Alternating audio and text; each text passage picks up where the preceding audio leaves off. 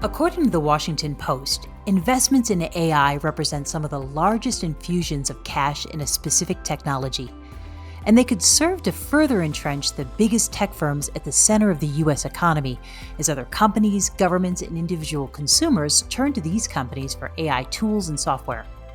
But from the utility perspective, what are the AI investments being made now, and will these investments pay off? Hello, I'm Terry Vishwanath, the energy economist at CoBank, and your co-host of Power Plays. Today, we want to have a practical discussion on how utilities are thinking about AI. Joining me for this conversation is my co-host, Tamara Reynolds, a managing director here at CoBank. Hello, Tamara. Hey, Terry. According to a recent IBM study, nearly 3/4 of energy and utility companies have implemented or are exploring using AI in their businesses. Operational segments across the utility value chain are uniquely well defined and documented compared to other industries, which likely explains why utilities are test driving the technology at a faster rate than their peers. But where exactly will utilities find the greatest value for their investments?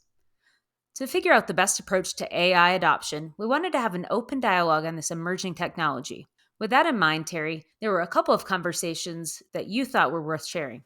That's right. Jason Bowling, the CEO of Sulphur Springs Valley Electric Cooperative in Arizona, led a fascinating AI session at the NRECA CEO Close-Up in January.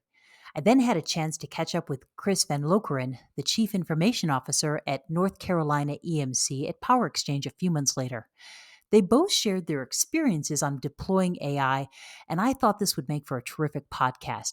Our conversation starts off with Jason, and as he will tell you, he was actually surprised that utilities were at the forefront of implementing AI. But I'll let him explain. I approach a lot of what I do based on my history. I'm originally a human resources person that's found himself in a CEO role. So I appreciate the question. When you mentioned that statistic to me, I think about it in terms of one survey instrument we use for management development, the Management Development Questionnaire, or MDQ, that measures management competency along several different dimensions. And then it benchmarks that competency across all the industries, right? And so when we looked at SSVC's management population and compared to the benchmarks, a lot of them seemed to kind of regress right toward the mean. We were right in line with what other industries were reporting, with one exception, and that being risk tolerance. We had a much lower risk tolerance than the average respondent to the MDQ. And we rationalized that as just a feature of our environment, most saliently, I guess, the safety hazards that are associated with the work we do would make it so that having a high tolerance to risk would not be a good thing. We would, in fact, be more risk averse. And that's what came through in our findings. And it's maybe painting with too broad a brush, but I've taken that to also apply to other forms of risk tolerance, like the readiness to adapt to new technologies or to innovate. Not to say that utilities don't adapt or don't innovate. We certainly do.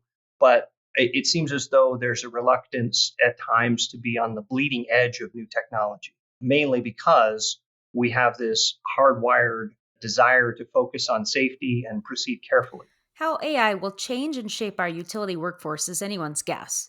But with 20% of electric co op workers retirement eligible in the next 5 years, compared to just 10% across the broader energy industry, I'm hoping this technology can help bridge the gap. Jason provides some perspective here. Workforce management is a really important concept to consider with regards to new technology. When we look back historically at our cooperative, we saw probably 10 plus years ago this point at which member behaviors had changed. They went from making payments through traditional means to more modern means, right? So instead of writing a check, they were shifting more towards using Smart Hub or IVR. And that shift, like I said, about 10 years ago, had hit this point where there was a majority using high-tech means of paying their bill. And that trend has just continued ever since. And in fact, during COVID, it just accelerated that trend. And I think the important point to take away from that is, are we still staffing under the assumptions of how we operated 20 years ago? Or are we staffing how things exist today and how we anticipate that they'll exist into the future? Related to Jason's comments, the National Bureau of Economic Research measured productivity gains in a customer service department of a Fortune 500 software company after the introduction of a generative AI support tool.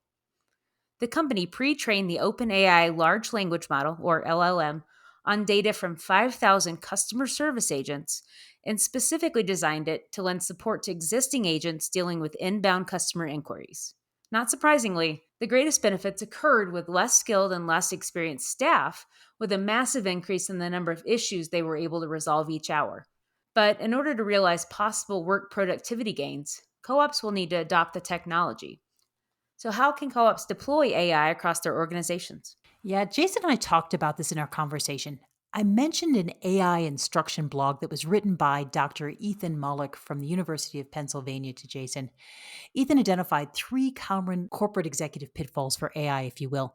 The first is that companies might choose to ignore the technology entirely.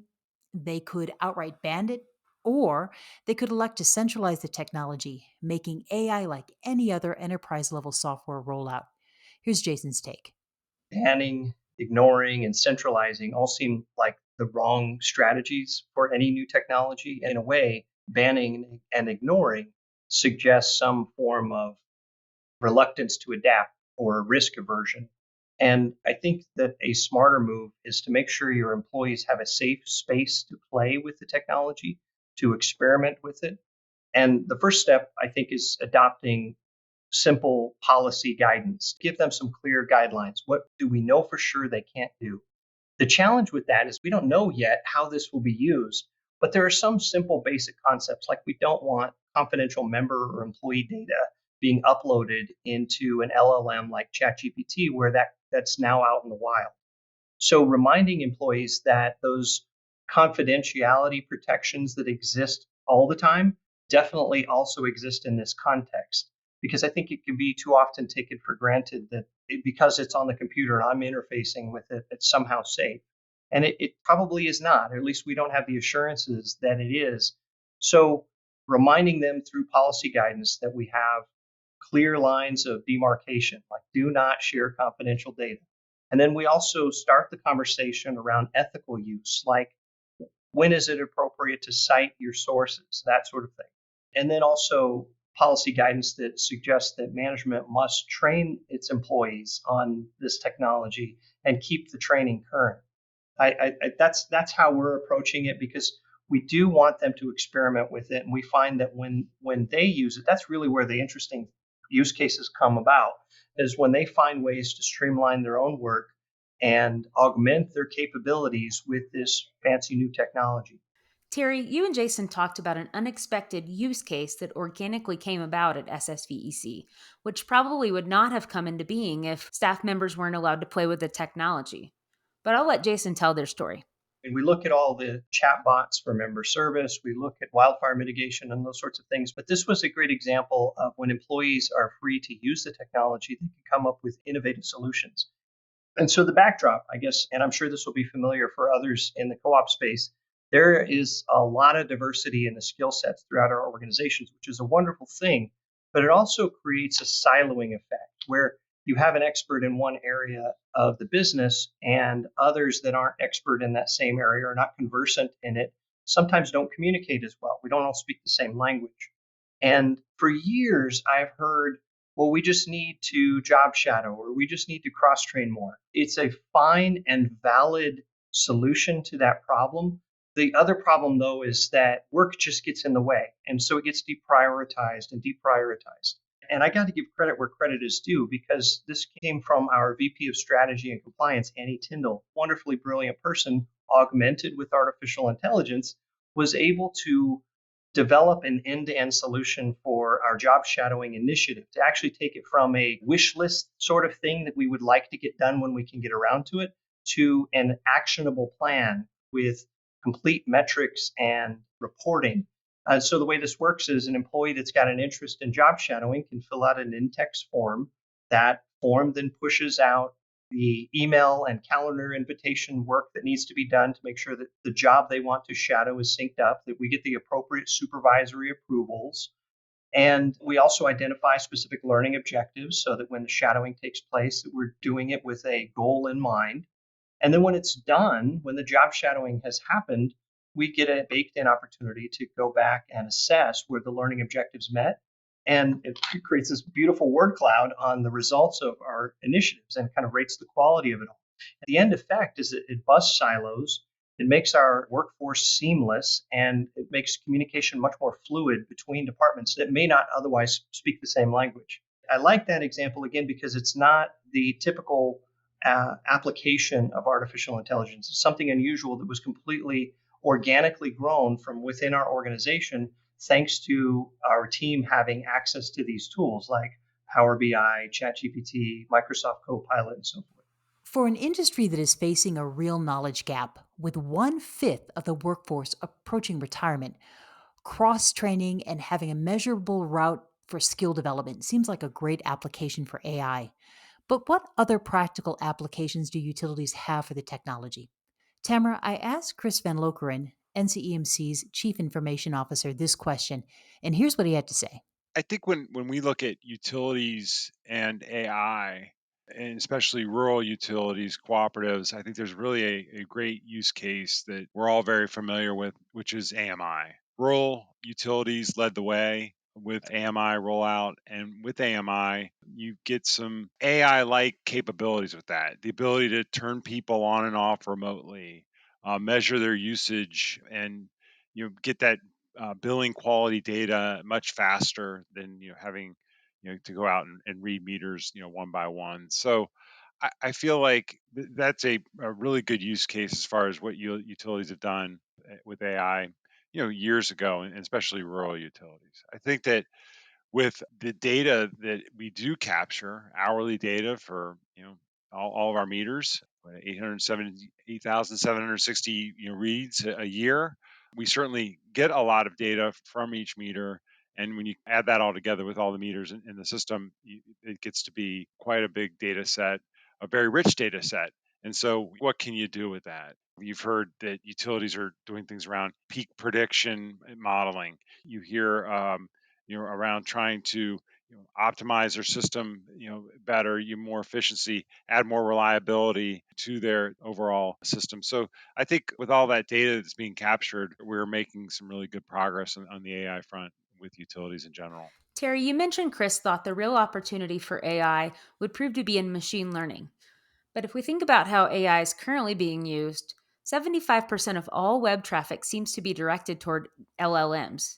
And if we look at that data, maybe 75% of user traffic is captured by ChatGPT. So, what is the promise of machine learning for electric utilities? Generative AI is fascinating and it's fun to use, and we can all go to the website and ask who won the World Series in 1972 or whatever, and then you get these really great answers back, and it's kind of fun to use. I think as we try and create a presentation and try and make it interesting, and those use cases are great. I think generative AI, we have to be careful because we can't take our confidential data and put it in an LLM.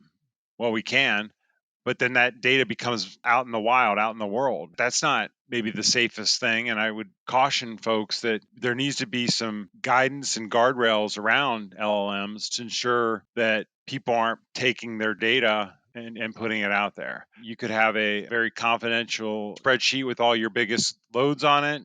That may be something that you don't want the rest of the world to know about. You put that in your LLM and that's out in the wild, and now everyone knows who your biggest customers are, or your biggest CNI customers, or something to that effect. So I think we need to be very careful about what we do with LLMs and making sure that our employees are not just putting anything they want into those models. And utilities, cooperatives establish robust governance processes for LLMs. That being said, I do think the machine learning aspects of AI are really fascinating. We talked about all this data being pulled back, and how do we start parsing it out and trying to make better decisions faster. And I think you hear a lot about AI is going to take away jobs. When I think about AI, and when NCMC thinks about AI, we're trying to think, how do we make better decisions faster? One really concrete example that I can share with you, Terry, is that we have built with machine learning algorithms on the Watson X platform, a peak prediction model. So we are taking in our forecast data, our weather data, our real-time load signals, and trying to figure out, based on those factors, when the peak is going to happen, We're on 12 CP for most of our members. And so if we can find that hour of the month where we think that we're going to peak from a demand perspective, we can save our members and ourselves a lot of money. It's a concrete use case, and it's something that we obviously have been doing for years, trying to predict the peak. And we were really good at it. We would get 10 out of 12 months of the year, 9 out of 12 months of the year. Since we've used this AI model, which was implemented about 24 months ago or so, we've missed one peak. It was August of 23, and the thunderstorms rolled through a little sooner in the day than they were supposed to. So it was hour 15 instead of hour 16. That's pretty amazing. Chris is talking about how, as the G&T, NCEMC can become better informed about member load, but this upstream coordination, or as Amadou Fall refers to it as the power of three, might really unfold with AI. How can we make it advantageous for the member consumer to use their battery when it's going to help with peak management, which is that 4 to 6 p.m. time frame in the summertime? And then that would help the distribution utility save some money as well, because they're buying less electricity during that peak hours, and then certainly help the generation and transmission because they don't have to generate as much energy during those times when the demand is much higher than the rest of the day. And having that conversation with that member consumer, aligning the generation, the distribution, and the member consumer together so that we're all on the same page. I asked Chris how the jobs of the future might change with AI and whether we can look at the changes that are currently unfolding for clues on how utility skill sets might need to evolve with this technology. Here's the conversation we had.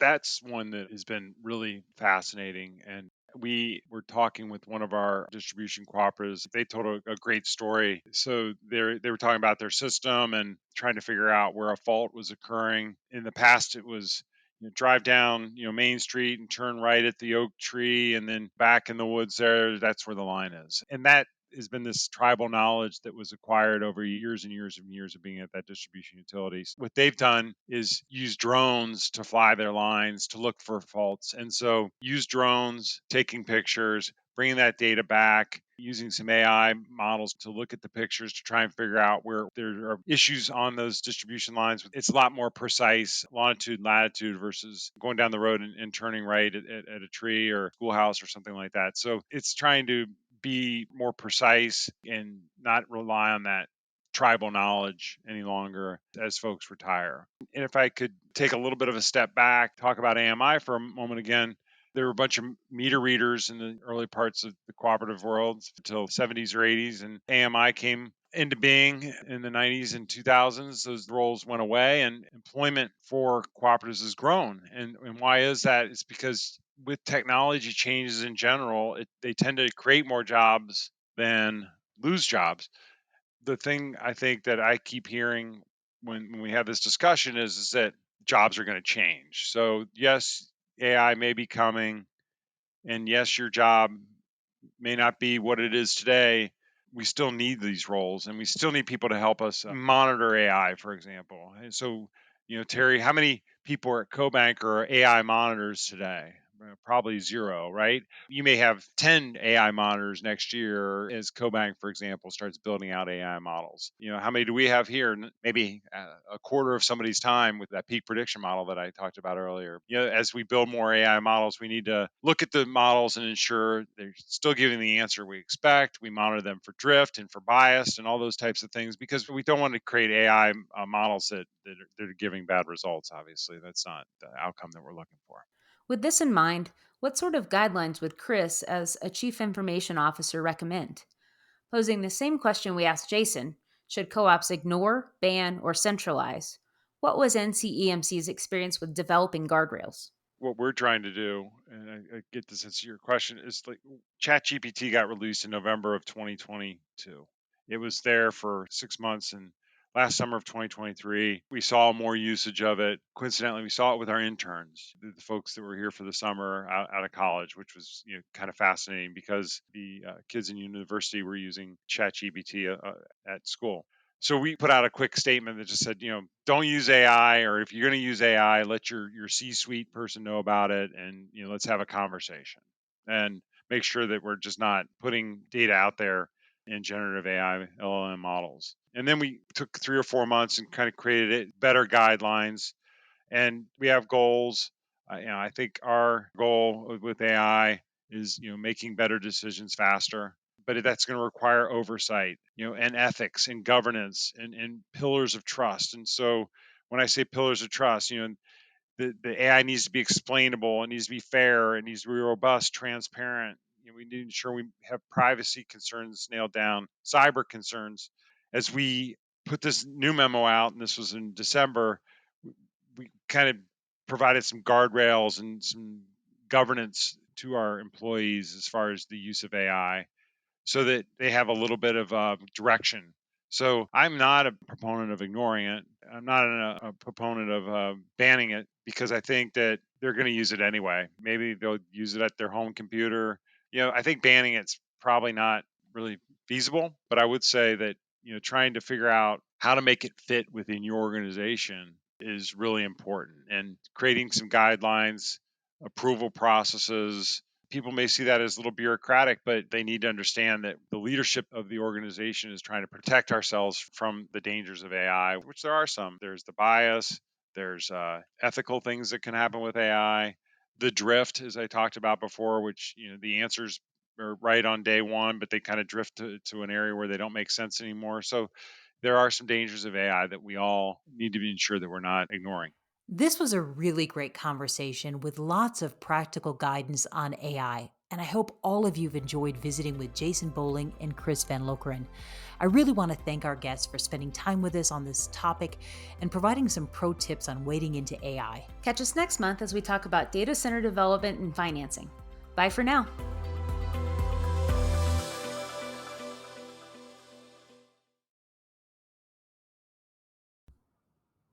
CoBank's Power Plays podcast is intended for informational purposes only, and the information should not be used without CoBank's express written permission.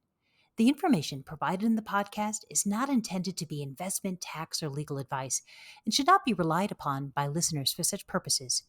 The information contained has been compiled from what CoBank regards as reliable resources.